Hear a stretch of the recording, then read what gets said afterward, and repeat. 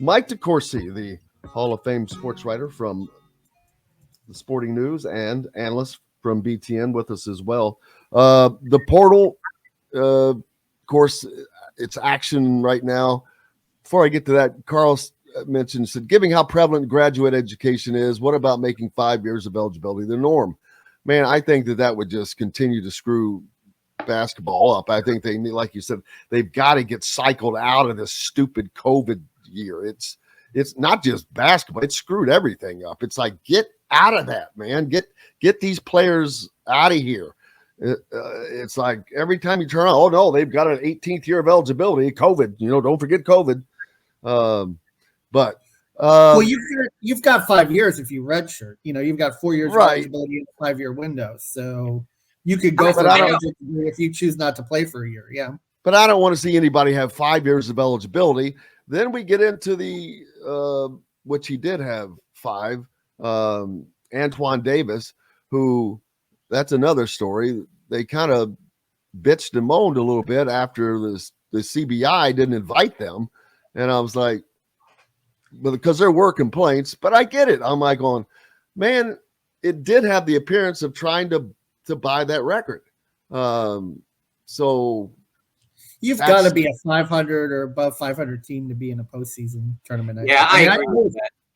I was surprised that even Florida got in the NIT. They were 16-16, and I mean they had good computer numbers, but they didn't have a losing record, man. What? But anyway, yeah, that I would certainly. It would have been a travesty to see that record fall in that manner. Yeah, I would not. I was not in favor of that. I was all for what he was pursuing. I understand he got the extra year, but it wasn't. And remember, he didn't have a full year in 2021. No one did. No one played 30-some games. There may have been some who played the championship game who breached 30, but no one played the usual complement of games that year. And it's a good point. So I didn't have a problem with his pursuit. I thought that, honestly, the way I described it to a writer down in New Orleans who was following Ted Lewis, who was following this because obviously LSU, I said that there was an elegance in the way it ended. Their team competed really hard in that Youngstown State game. They were on the road, trying to stay alive in that tournament. Youngstown State was the #1 seed, and they gave it a good run, and he gave it a good run, and he wasn't able to score in the final minutes. I don't know that it would have been good to continue on into a postseason that doesn't ordinarily welcome teams with their record just for that sake. I thought the way it ended was the way it should have ended. And if he'd made 3 more baskets or 3 more points or 2 more baskets and gotten it, I'd have been all for it, because there were people, he only played 3 years. And but the game's changed. It's not, if it were easy to score 3,600 points, others would have done it. The game has changed. Okay, you get 3 points for a 22-foot shot, but you don't get reamed out for taking 40 shots like Pete used to. Like in Pete's day, you could do that to Austin Carr, Johnny Newman, Bert Everett. Those guys all took tons of shots that you couldn't get away with doing now. No one would play on that team if they're not getting any shots and one guy's getting 30 or 40. The game is different now. Mike, isn't it interesting that the top 2 were sons of coaches that coached their teams? Right? It is interesting, but they weren't the only ones. I mean, Freeman Williams, and but it is interesting that those 2 end up as the top 2. That not only were they sons of coaches, but they were sons of the coach who was in charge of their program. Yeah. Exactly. FAU, man, I want to make sure we don't get through this without talking about Dusty May, Florida Atlantic in the Final Four. How preposterous that just sounds to say that. Not because they don't work just as hard, they do, but the chances of Florida Atlantic being in the Final Four are just astronomical. This Final Four was astronomical. Even though San Diego State they're really good.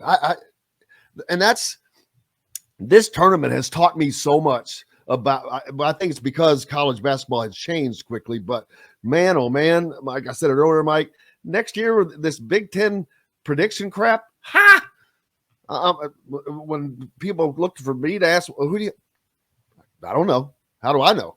I said, I'll tell you about 15 games in who's going to be good. And until then, no way. Because you say that, but I just released my early preseason top 25 yesterday. My bosses wanted it a week early. We usually do it on the day of the title game. They're like, no, give it to us a week earlier. How can you even? Here you go. I don't even know how hard that is for you to even do, it's because really hard. Half the team, hell, all the teams on there.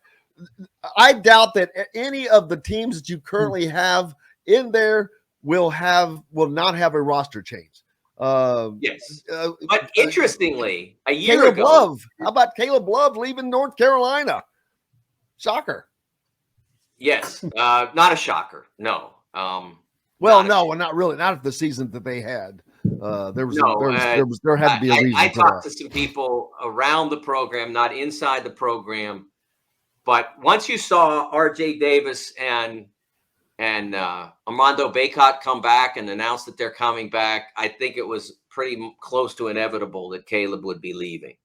I didn't have much doubt that was the case, because I don't think either of them necessarily would have announced that until they knew for sure which direction the program was going. So I didn't have much doubt that Caleb was going to be leaving and going elsewhere.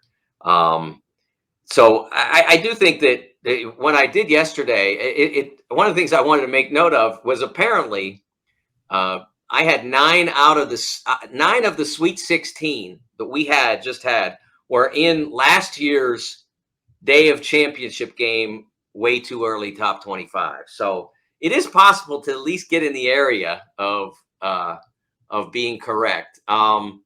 I do think that we'll see a lot of the teams that were better this year return relatively intact. I think Marquette's going to be mostly intact. I'll be surprised if Creighton's not. They were really hurt on Sunday with what happened, but I got the impression that if you look around that room, I mean, there's nobody that the NBA is coming for. Baylor Shireman was at Chicago last year, and I mean, he has the ability to play in the league, but I don't know what's the name, image, and likeness value for him at Creighton next year. It's his hometown. Bet you it's pretty good. So I wouldn't be surprised if he's back. He does have the advantage of being in a town that has this one guy that lives there. Creighton is located in Omaha, Nebraska. Yeah. So you think Warren Buffett is that what you're saying? Yeah, I'm just, for the folks at home, just for the kids listening at home, there's a certain guy that happens to reside in Omaha, the Omaha area, that owns half of the world, basically. He's one of the richest men outside of Saudi Arabia. But I'm not sure whether he's a Creighton booster or not. I'm not. I was just kidding. I no. Hell, I doubt he's any. He's kind of notoriously. Thinking of that, though, frugal too. Apparently, like I know, see him giving away money for NIL. But think about someone like that, how they could impact school. We talked about that, but we look at schools like Kansas State, who revamped without, I don't think that they just had tons and tons of NIL money pouring in, so they did it without doing it that way. I mean, I think NIL is a part, but it's not right now, because we saw Oscar Tshiebwe come back. It's not having the exact effect that everybody thought it was going to have. I think the transfer portal is having more of an effect than NIL is right now, if that makes sense. Yeah, I mean, I think I think there's a theory to that. But what about the fact that they were connected in regards to somebody like Nigel Pack?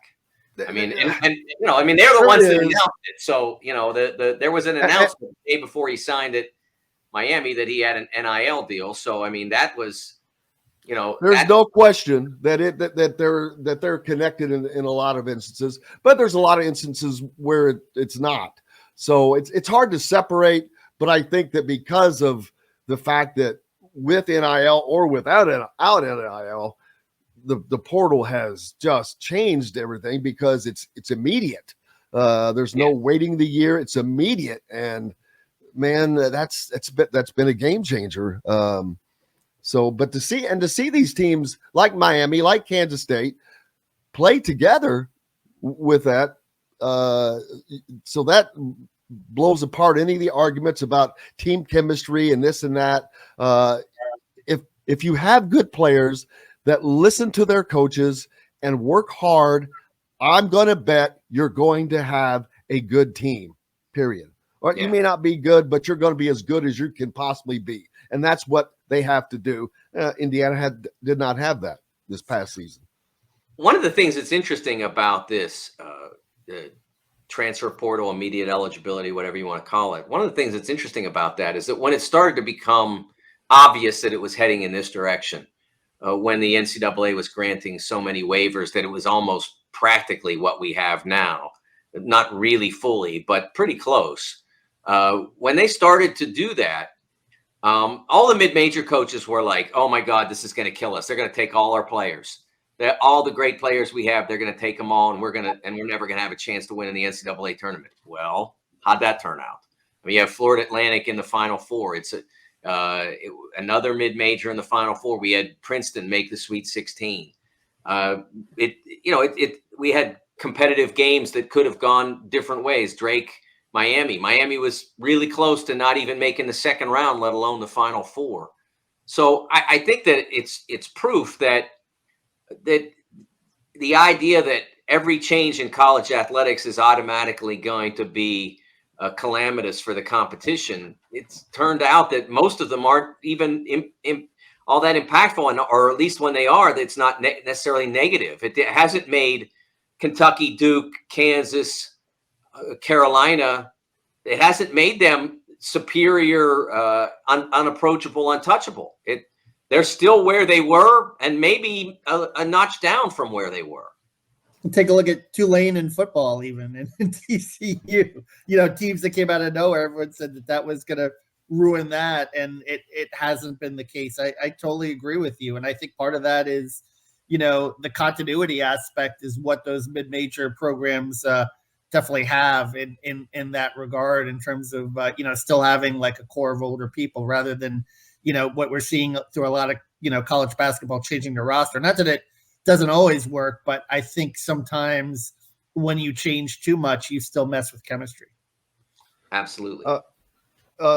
Dusty May, quickly, I saw a great tweet, and I'm going to just put up these numbers. You can see it.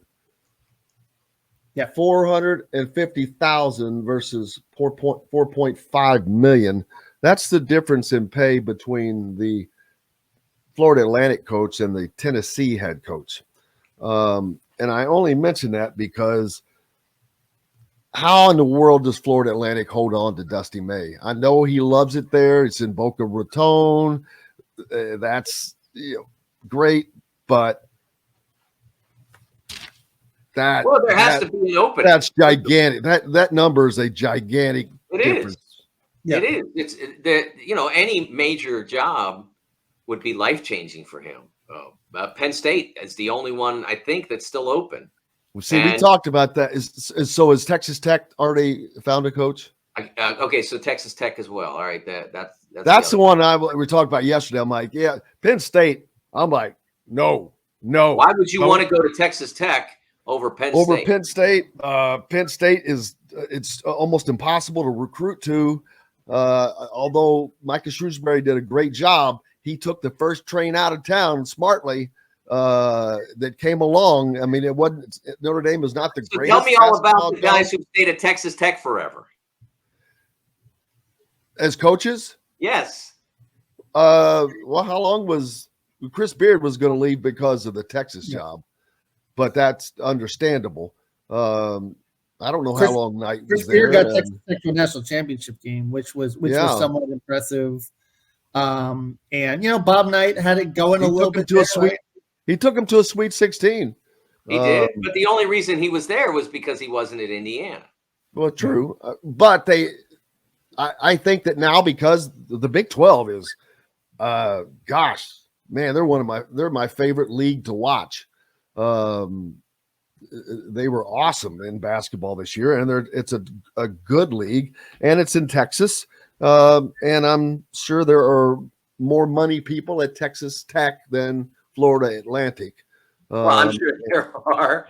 And he can still keep his home in Boca Raton if he gets the job at Texas Tech, because his salary will quadruple, if not more than that. So, but I think you can recruit to Texas Tech because it's the Big 12. I'll tell you a story about the Texas Tech. In 1996, I was covering the Memphis Tigers, and they were assigned to the Albuquerque first round site against Drexel. So I had to go from Memphis to Albuquerque. And that year, Texas Tech under James Dickey was 30-2. They were 30-2. I think they were 28-1 entering the tournament, or 29-1 entering the tournament. Okay. And so I'm flying to Albuquerque, and I'm in a window seat, and the pilot says, "Oh, over on your left, you can see Lubbock, Texas." And I look over there out the window, and I'm like, "Dang, he really is doing a good job out there." I mean, there's nothing. It's like in the desert and nothing, just like desert. There's a town and there's desert. And he went 29-1 with Darvin Ham and Sasser, the oldest Sasser, I think was Gerald, but I could be wrong about that. They had a great team, and like if I have my choice between Happy Valley and Lubbock, going to Happy Valley, or I'm staying in Boca. One of those out of those three, I might rank it: stay in Boca and wait, go to Penn State. And I don't think that Texas Tech would be my first. It would definitely be my third choice of those three. That's all. You know who was born in Lubbock and buried in Lubbock? Buddy Holly. Ah, there you go.